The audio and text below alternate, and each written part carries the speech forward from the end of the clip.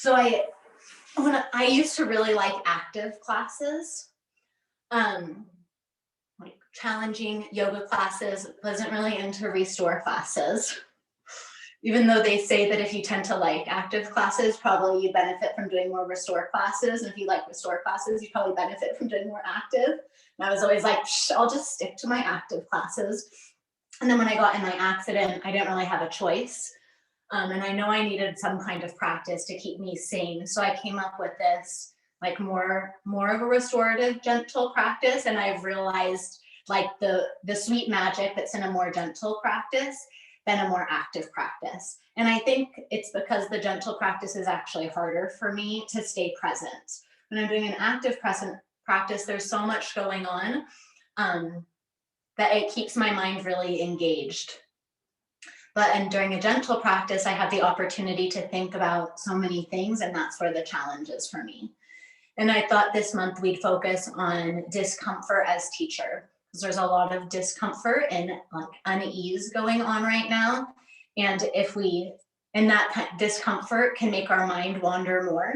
And there's been these really interesting studies done that show mind wandering leads to more unhappiness. So even if your mind wanders to pleasurable thoughts or neutral thoughts or negative thoughts, all of them in some degree lead to more unhappiness. So if we can practice being in a position that isn't like super enjoyable, and still try to bring ourselves back to being present. I think that can be a really sweet practice of being able to be in the world no matter what's going on and a little bit more happy. So that's my goal for you today, or the practice, is to keep bringing yourself back. So even if you just bring yourself back one time, if you like take this class, think about other things the whole time, but come back once, that's success. It's this coming back. Yeah, I think about it sometimes as we have a puppy. We got a COVID puppy. And it's like training her to walk on the leash. It's just like repetitive of coming back. And the more we do that, the less she wanders. Same thing with our mind. So let's take a seated posture. So nice to see everyone. Oh, you guys are making my week. I think we're going to use a strap or a scarf. So and we're not going to use it right away. So you can go grab one in a second, or a belt, anything that will allow you to hold on either end and pull. You'll see me modify weirdly, but you guys have all practiced long enough that you know how to do these poses. If you see me with a random leg out, you guys don't do that. So take an upright seated posture, let your eyes close.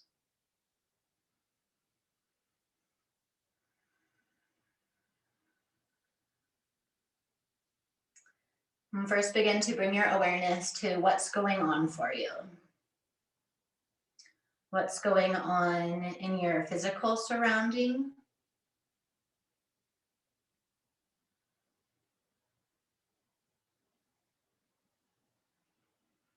And what's going on in your interior surrounding. In your mind, in your emotions, in your body.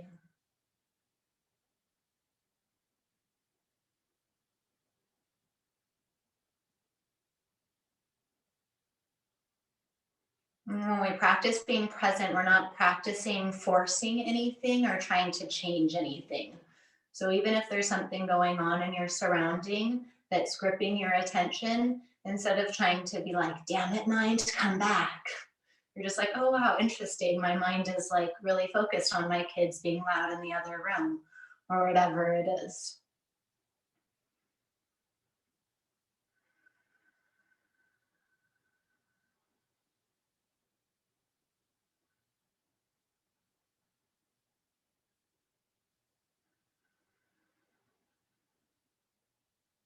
And bring your hands together in front of your heart. And press your palms together, lift your chest up. And make an intention to yourself to work on your presence. Making the intention of bringing your mind back when it wanders. And having some compassion with your mind. And when it wanders, not getting upset with it, just, oh, isn't that interesting, and bringing it back.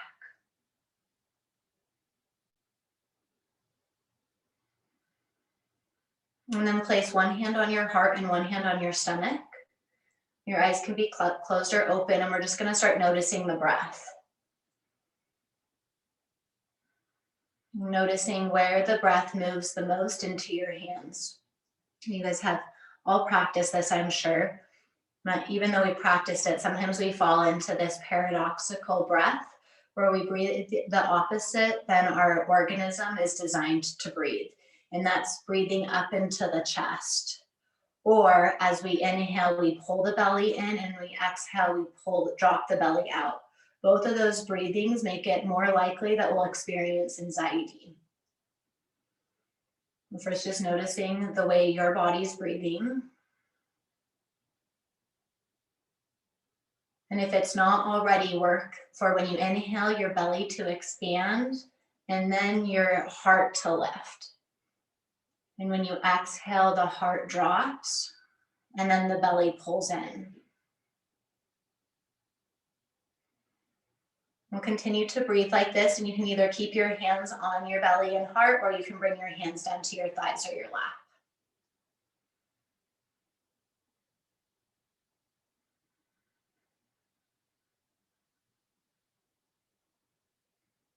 Working on this long, deep breathing.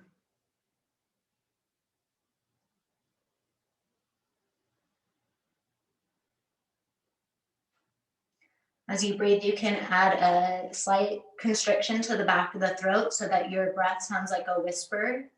You're giving your attention one more thing to focus on, one more anchor to the present moment.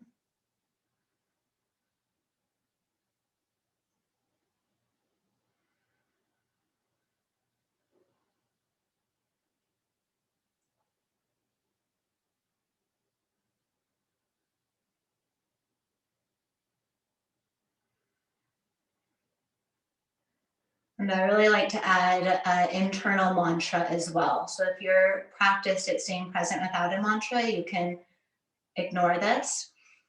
Or you can add this mantra of Sat internally as you inhale, Nam externally as you exhale. Sat means truth and Nam is identity. So not the stories in our head or the distractions or the beliefs. That's not the truth. There's this like deeper truth that we connect to, especially when we're present with what's like the deepest essence of ourselves. Even if you don't connect to the meaning of the mantra, it's a great bone to give your dog to keep it from wandering.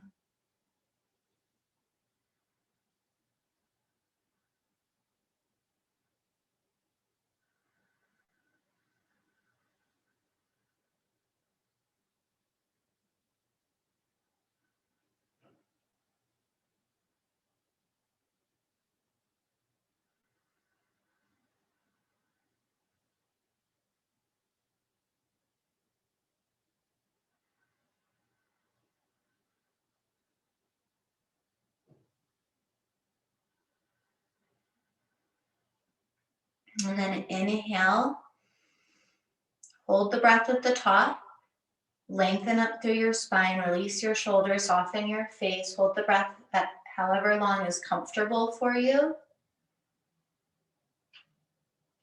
And when you're ready, you can exhale.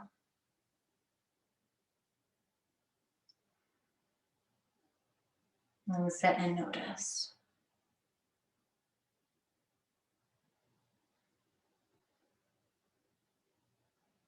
This next breathing technique we're going to use, I do a lot with my kids, and I find it's really effective to coming back because there's so many like tactile experiences along with it. So it's the humming breath. So I like to do this with my hands on my heart, but you could also keep your hands on your legs. And you're going to inhale through your nose. And then as you exhale, you're going to hum, and you're going to let your lips vibrate. Hum. And when you're doing this, I want you to focus on hearing the sound of the hum and hearing it with your ears, but also hearing where it's vibrating within your body and then feeling the vibration and letting those like anchors keep you in the moment. The lips vibrating together. Also, all of this humming is really good at opening the Anahata chakra, the heart chakra. And it's from the heart that we can be deeply present. So we'll do this for a few minutes. So inhaling deep.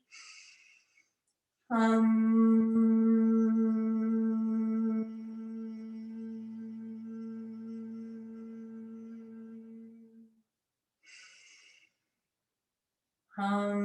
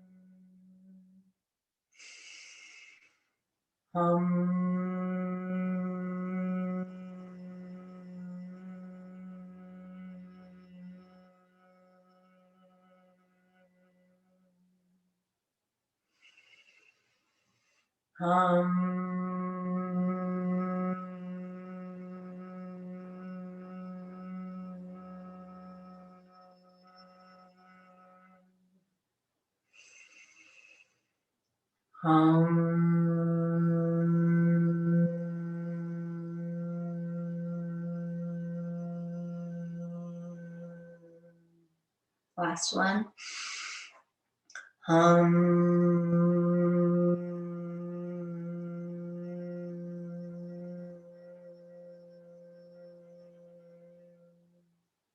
Inhale deeply. Hold and retain your breath. And as you hold the breath, can you practice being calm? So this is stress management. We put small stresses on the system and we see if we can remain more relaxed. When you feel ready, exhale.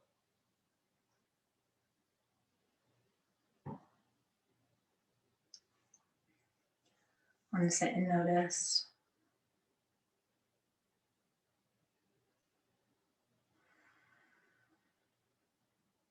All right, let your eyes open.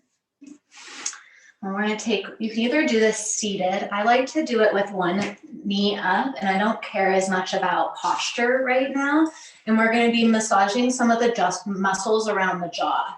So you have your temples, right, up here by the side of your eye. And then you have your cheekbone, and then you have your mandible down here that kind of goes below next to your earlobe. And right between your mandible and your cheekbone, where there's that, like, I think people put like blush on it, that's the spot.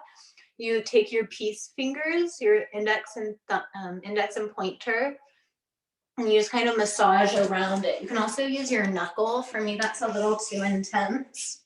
So I like to put my elbow on my knee, so I can kind of lean my head into my cheekbones, or my head into my fingers. And I kind of circle my fingers around. So a lot of you have practiced with me, and we'll do this with the glutes or something. We kind of rub around until we find a sweet spot, and then we hang out. So you kind of find a sweet spot. And once you find it, you let your fingers be still. And then you can begin to release the weight of your head more.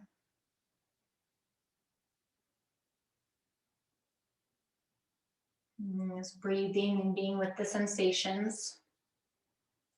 You can take little micro movements with your head. If that feels good to you. Sometimes I'll get like a metallic taste in my mouth when I do this.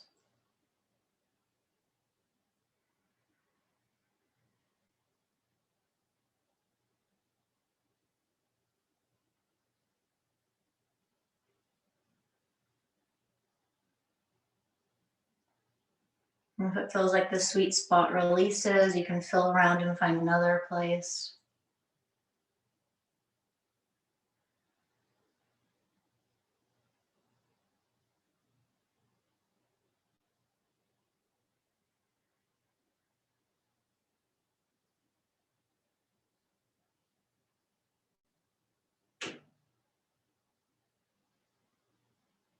And then coming up and doing the other side. You can practice your curiosity. So being curious is another great way to remain, a great tool to help you remain more present. And see if you can be curious about what side of your jaw holds more tension.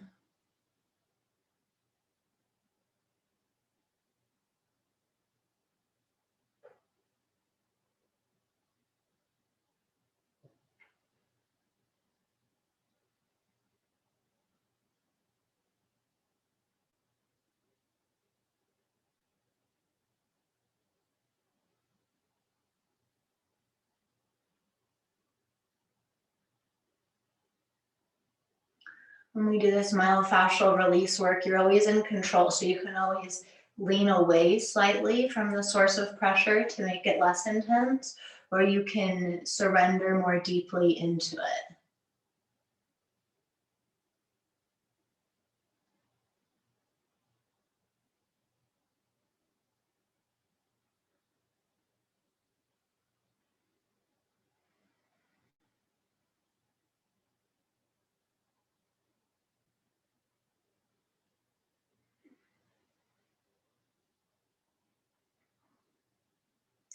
And then coming back up, coming back into your seat, making your seat as comfortable for you as you can. So I like to put things under my knees. Currently elevating my foot's good for me. And we're gonna do some neck rolls. So before we do them, sit up nice and tall. Draw your shoulders back and down, and then drop your chin to your chest and roll your left ear over to your left shoulder. Take your head gently back, and then exhale around and down. Finding a rhythm that feels good for your body. And being mindful about how far you allow your head to go back. So I like to think of my neck as like a straw, and you don't want the straw to be kinked.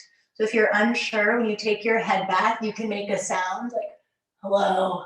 And if it sounds like your voice sounds weird, your straw is kinked. So you need to keep your chin slightly tucked so your voice sounds normal.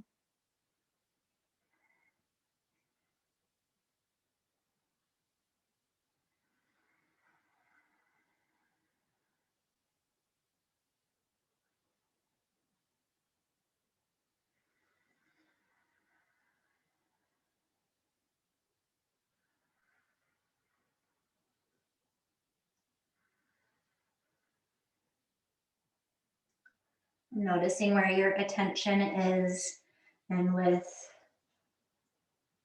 unconditional friendliness, you just notice where your dog is walking and you bring it back to your sensations, to your breath, to your internal mantra. Next time the left ear comes over to the left shoulder, we're going to keep it there. Right shoulder is heavy, down and back. This is stage 1. Stage 2 is taking your left hand to the right temple. I'm not mirroring you. And taking the right fingertips to the floor would be step 3.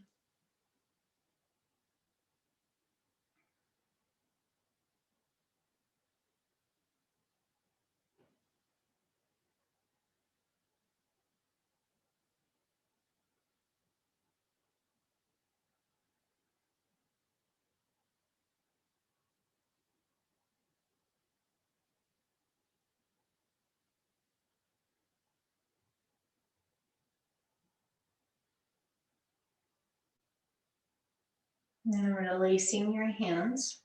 We'll begin to circle the head in the other direction, so dropping the chin to the chest. Inhaling right ear, right shoulder. Head rocks back without kinking your straw, and then out around and down.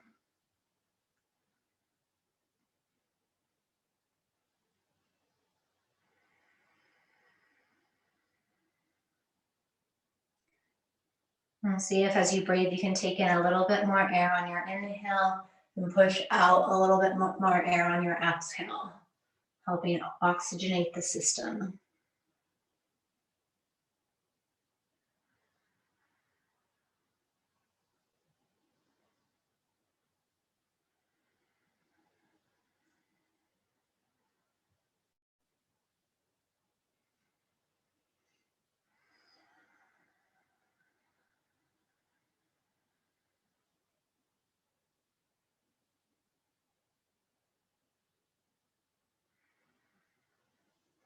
And the next time the right ear comes over to the right shoulder, hold it there.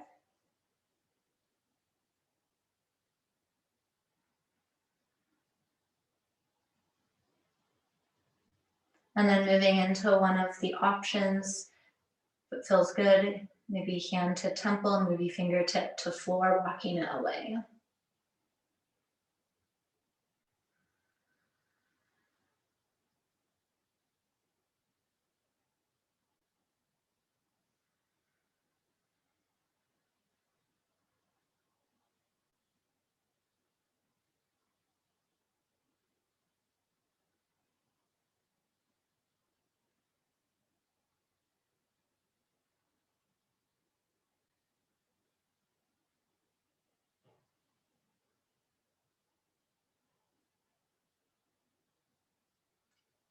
Sometimes in this pose, I'll imagine like dark, oily fudge, like releasing from the left side of the neck as a visualization of like the tension or worries I chronically hold there.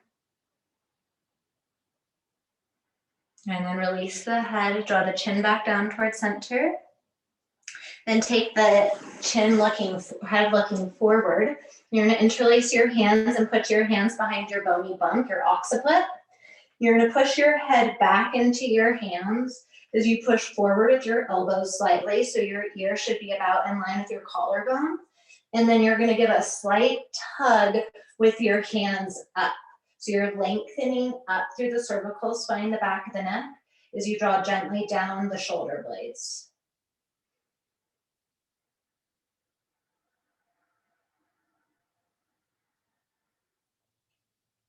Really nice. And then release your hands. Move anything away that you might be sitting on.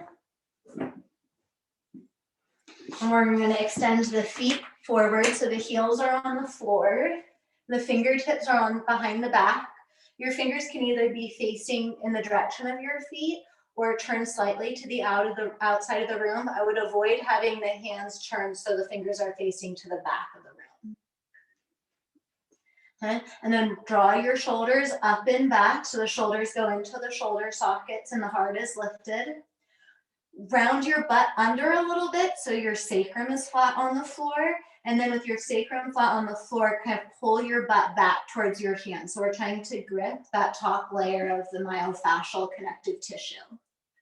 And then with that kind of grip of your glute muscles to the floor, then you can push your sit bones down slightly. So we're still trying to train a little low back curve, but we really want to be gripping the glutes. And we're going to begin to just move with the breath. So allowing the knees to tip to one side as you exhale. Inhale through center, exhale other direction.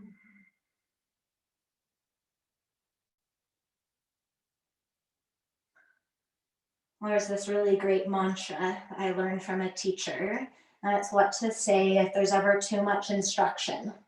And the mantra is whatever. So if it ever feels like I'm getting more instruction than you're wanting, just whatever and tune me out.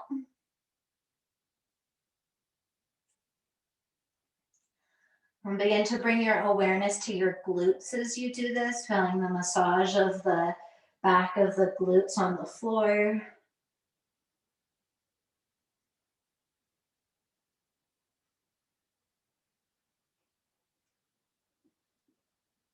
And then begin to bring your awareness to your shoulders. So as the knees go to the left or whatever direction they're facing, the opposite shoulder pulls back in the socket.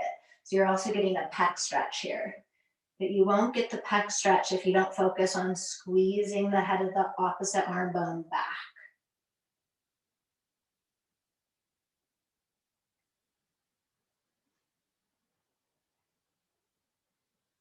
Okay, and then the next time the knees go to the right, keep them there.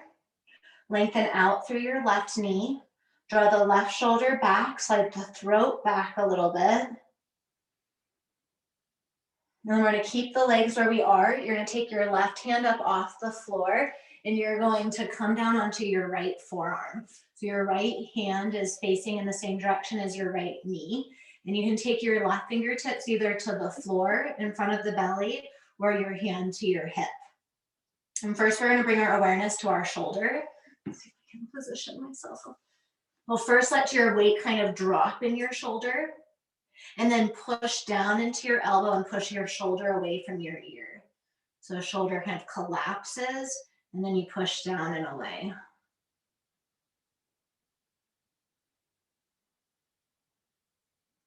Oh, there's that guy on YouTube. I always forget his name. He's the fuzz guy, and he talks about how when we don't move the body, fuzz develops, and it's like cobwebs that make it hard to move until it leads to stiffness, but then can lead to injuries in other parts of our bodies. And movement helps melt the fuzz. And fuzz builds up even when we sleep, let alone when we just don't address an area for a certain amount of time. This is helping melt the fuzz. Okay, the next time you push down and away, so the shoulder is more away from the ear. Now you're gonna push the head of the arm bone forward a little bit, and then you're gonna squeeze it back a little bit. So arm bone goes forward slightly, and then back. Forward slightly, and back. Nice, now keep it back. So now we've positioned our shoulder in a pretty steady, safe spot. And now take your left fingertips down right above your hips.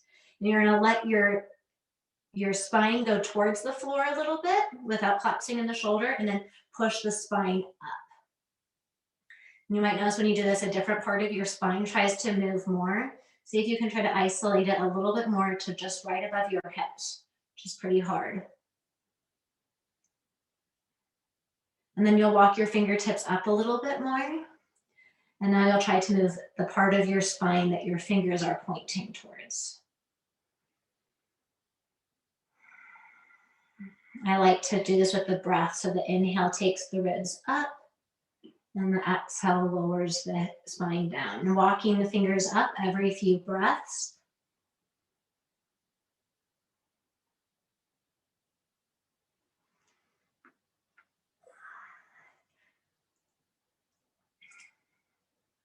Until your fingers are almost up into your armpits. Armpit, just the one. And then take your left hand behind your head, and kind of like what we did sitting, push your occiput back into your head and give a little drag with your hands in the direction of your skull. Yeah, so it's kind of like a modified version of side plank. You can stretch your arm out for the last few breaths if you want. And then we're going to come onto both forearms, so the legs are going to stay the same. We're going to be on both of our forearms with the hands facing in the direction of our head towards the end of our yoga mat. And so there's a few different options here. You can stay on your forearms, or you can stretch your, your right hand away from you and kind of lay down.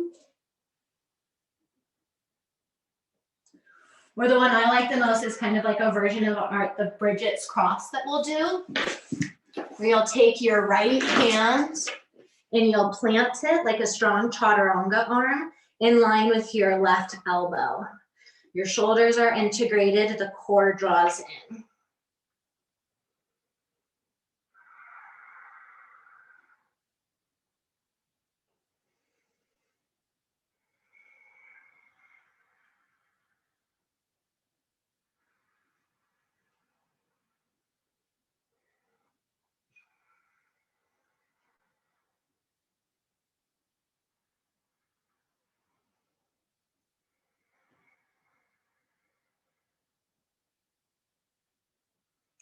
And as you inhale, come on back up. We'll come back to this windshield wiper position. We'll do a few more rounds, being curious about if anything feels different.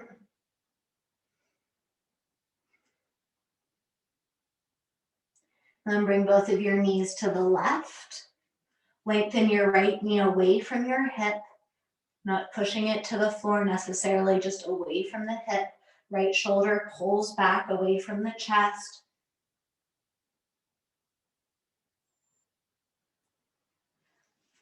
And then turn, so you're laying on your left arm. And we'll do that down and away, so pushing the shoulder away from the ear, creating space in the shoulder socket, and then dropping.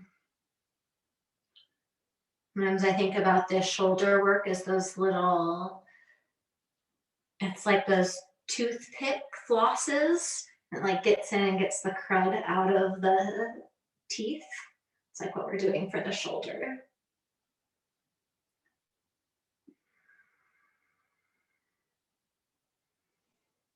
This is also waking up the intercostal muscles that will make it less likely for us to collapse onto our lungs throughout the day. And the next time you push down and away, stay there.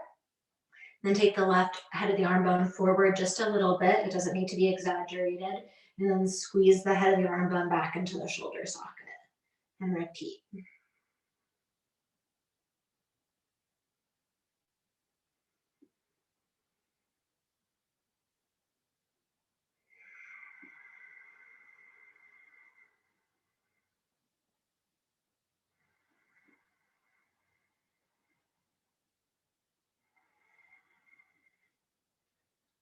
And next time the shoulder squeezes back, keep it there. It should be slightly fatiguing on the shoulder. Then take the right hand to the low waist. Practice dropping the spine and lifting up.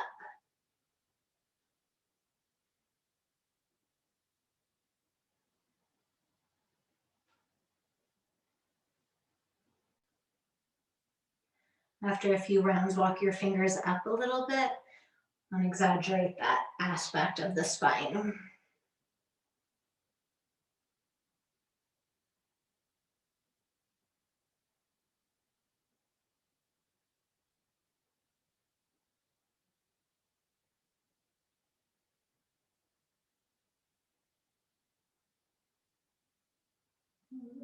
Work your hand up a little bit higher towards your armpit on these last few. A big puff and expansion of the right side waist.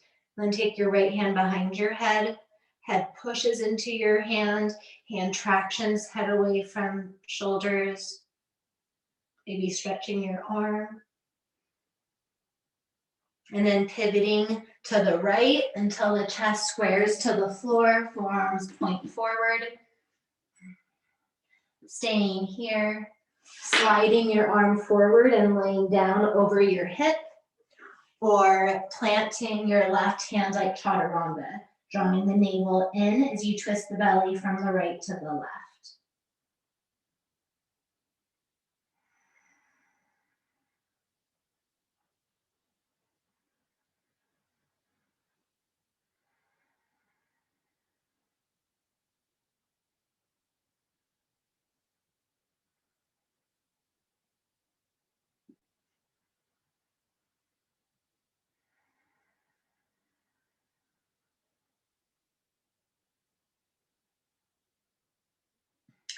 And then we're going to unwind and lay on our tummy with our forearms on the floor.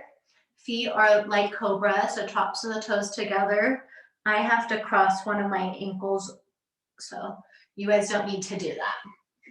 And then push down through your forearms, hands flush of the forearm elbow, and pull your elbows back towards the back of your yoga mat as you draw your shoulders back. Spin this way so I can keep looking at your guys' faces on the computer. Draw your shoulders back so your heart can slide forward and draw your throat back.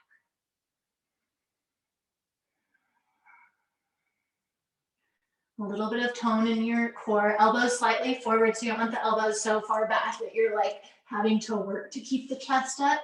The elbows are slightly forward of the shoulders. Drawing the chin in and the back of the throat up. Okay, now we're gonna move into a passive deltoid stretch. There's a few phases of this. I'm gonna turn forward so you can see me a little bit. We'll start with our right arm. And I'm gonna take my right hand and turn it up, and I'm gonna take it behind my left elbow. So I'm gonna lift up your arm, straighten it so this hand can get through. And then we're gonna start to slide the arm through. And if it feels like too much, then stay there. So if you're upright, you could take like a block. Or the arm comes more through. And again, if this is too intense, you can turn your chest a little bit to the left to take the pressure off the shoulder. Or ideally, you turn the chest towards the floor. You try to push the left armpit towards the floor, and still a tiny little hug of the right shoulder back into the shoulder socket.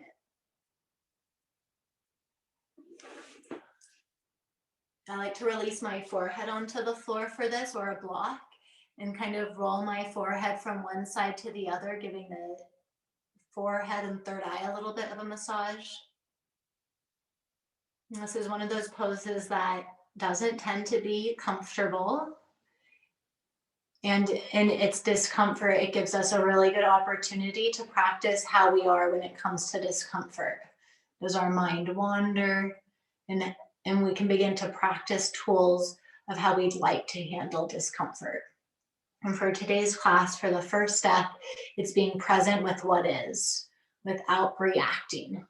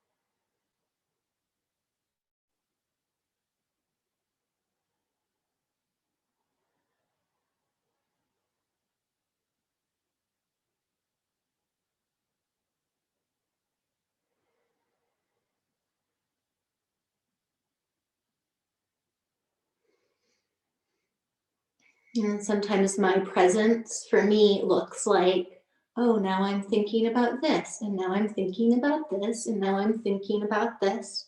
But I'm allowing those thoughts to be brought into my presence instead of me becoming absorbed in the thoughts to where I'm no longer present.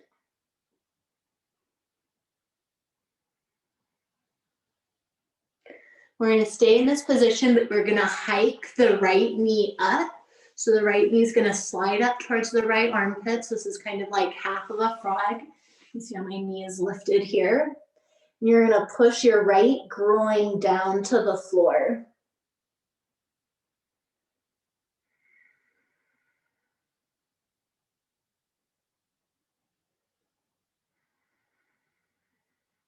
And from here, we're going to turn over into a supta, or on our back version of Padangusthasana C. So I'm going to roll over onto my back. My right hand will stay on the floor.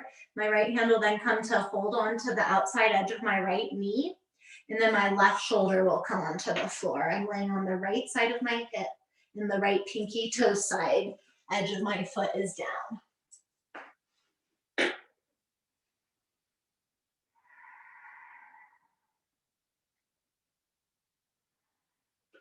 Inhaling deeply, filling up the low belly, mid belly, upper chest. Exhaling, upper chest, ribs draw in, belly draws in.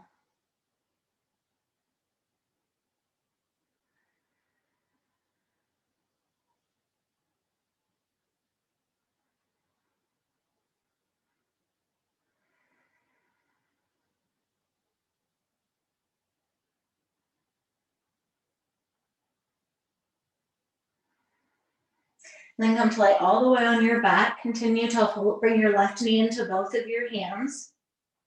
And then begin to pull your left knee down towards your left armpit.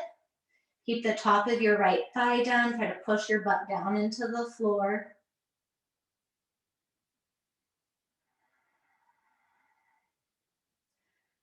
You could roll your left foot out in a circle if you want.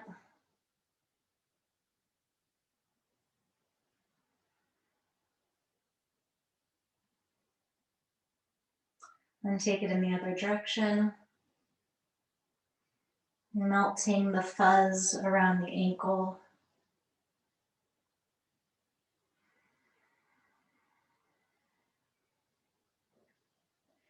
Then continue to hold the left knee with the left hand. Take your right hand either to your right hip or out to the right side and open your left knee out to the left. Push the left knee into your left hand. Push out through the right foot and lengthen out through the top of his head.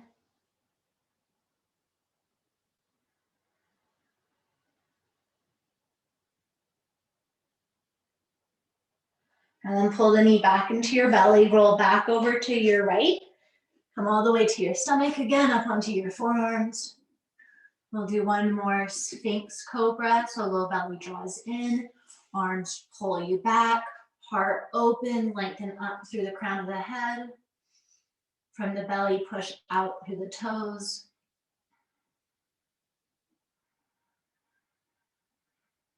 And then we'll take it on the other side. So the right elbow can lift up to give you some space. Left palm flips open, goes under the right elbow, and then begins to extend. Finding a position that you can relax in and allowing being with what is.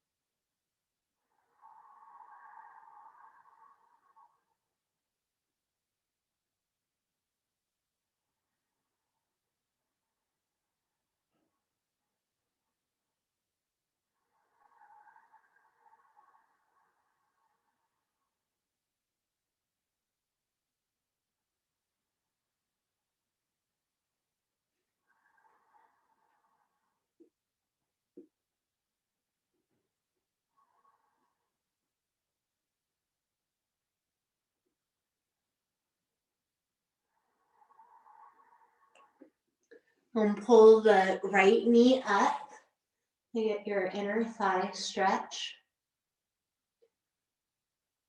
The right knee lifts up towards the right armpit. And then this is our prep so that when we roll over on our back, drawing the back of the right shoulder to the floor, we're set up for this twist. Left hand holds the left knee, right arm opens up to the side. You can kind of lift your shoulders up and twist yourself a little bit to the right so the shoulders are equally weighted.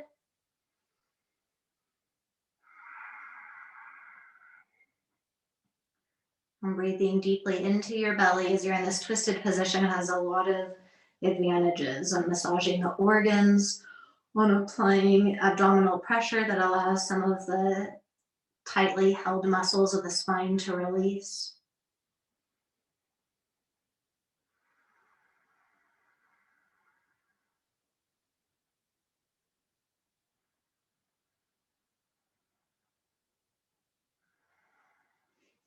And then come to roll over onto your back. Position yourself back on your mat if you're rolling off of it. Hold your right knee and pull your right knee down towards your armpit. Left heel on the floor. Deepening the hamstring stretch by keeping the sitting bones moving down towards the floor as the knee pulls away. Maybe circling out the right ankle.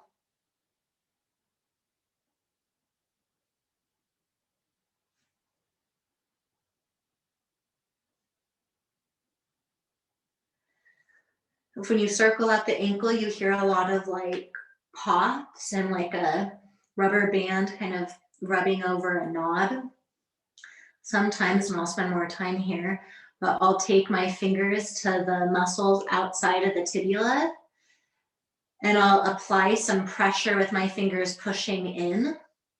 Sometimes it takes a few tries, but you can normally find a place where you're pushing. That tendon snapping over the bone is what makes that feel. So if you can find the muscle that connects to the tendon and you apply some pressure into it, you can begin to lengthen that muscle out so that tendon isn't pulled over that bone. We'll do this with wrists a lot in my class after doing hand balance stuff. So it's the same idea. Take your circle in the other direction.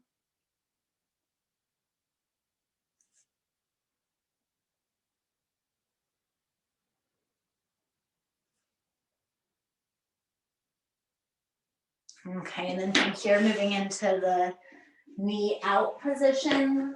So the right hand holds the knee as the knee opens up to the right. Left hand can be on your hip or out to the side. Pushing from your core out in the direction of your limbs, finding more expansion.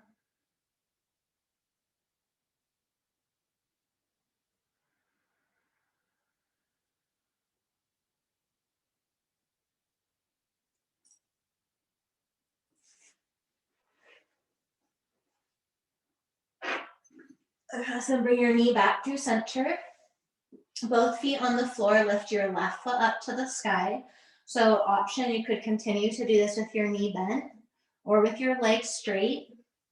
And you can either use a strap around your foot, you can hold on to your foot, or sometimes in these more like mellow sessions, I'll just hold on to my calf or my thigh. Just bringing the leg a little bit closer to the face. The way you know when to stop is you don't want the pelvis to lift and your right hip to lift. So I'd rather not have your foot closer to your face while your hips are lifted, but your leg even more forward away from your face, but with the pelvis to the floor.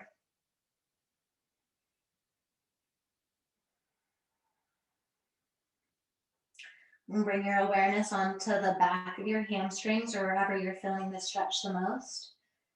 And see if you can stay with the sensations. Really common that when we face some kind of discomfort, we either run away physically or we run away with our mind wandering.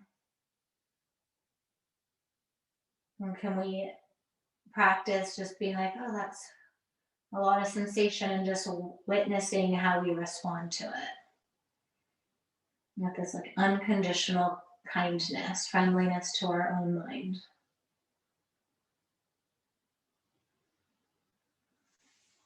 For these last few breaths, maybe taking the leg just like a centimeter closer, pushing the pelvis down a little bit more firmly.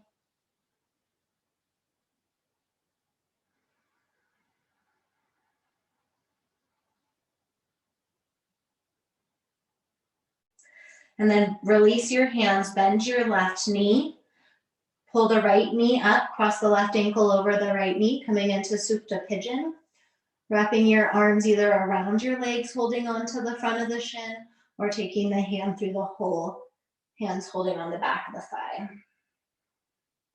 Beginning to pull the right knee closer into your face in same action, still trying to untuck the sitting bones. I think it can feel pretty good to kind of rock my hips or my legs from side to side. I especially like the feel of it moving my legs towards the right and finding that sweet spot that has a little bit more like of a sensation to it and hanging out there.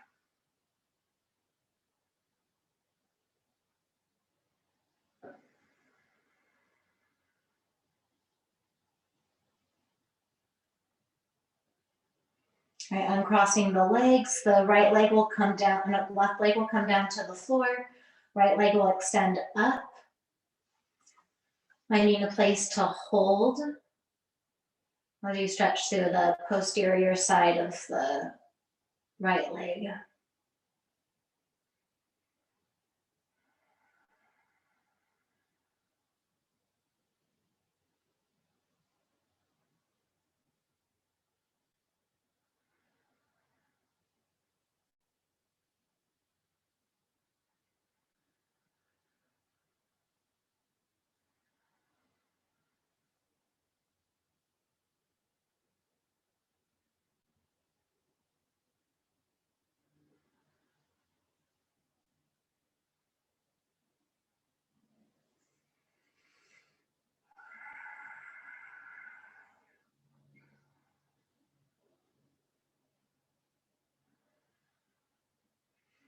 And pulling your leg in just a tidbit more.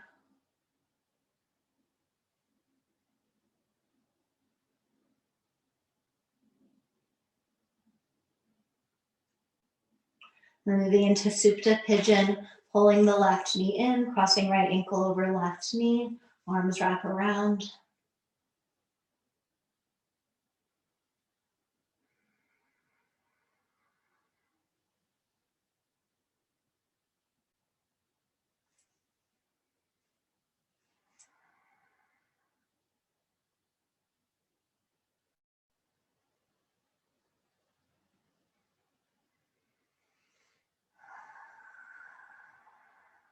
And then release your legs, feet on the floor. We're gonna set up for bridge. So we're gonna do one of these. So I like finding movement in my hips. So I take my hands to my hips and lift up just a little bit. And then drop one hip down and then the other. And sometimes I think it feels good to drop the hip down twice or a few times. And then a few times. So, you know, a little bit of the range of movement in the hip socket to melt that fuzz.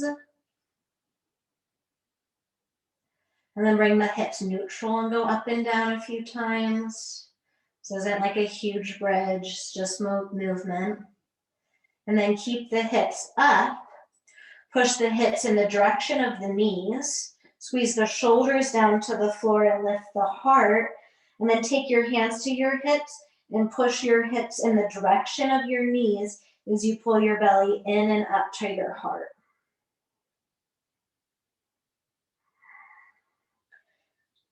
Sometimes I'll push one hand a little bit more and then the other, so that same kind of like shimmy action up through the hips. And then lower the pelvis down. And then roll over onto your right side. Your knees are facing to the right, come to your right hand. And this is kind of our ending pose. And same action as when we were on our forearm. We're going to push down with our hands so the shoulder moves away from the ear. And then lift your left knee up and put the left foot on the floor. So you can stay here pushing down with the hand, maybe holding the left knee.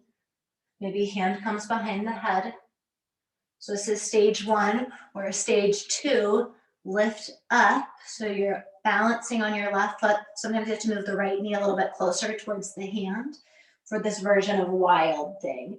Hand can be on the hip or behind the head or stretch.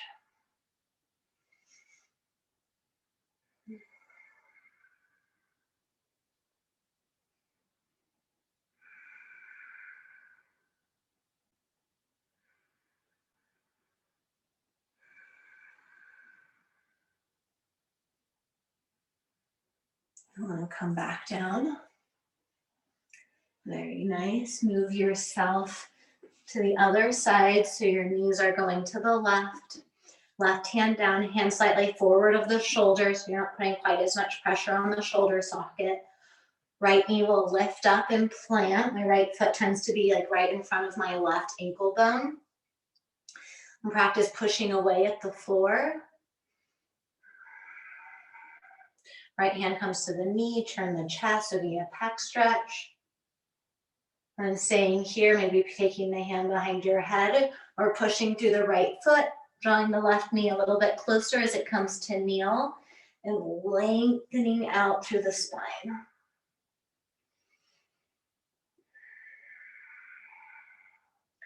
Preparing your heart to remain open and you more present during whatever is going to come up today.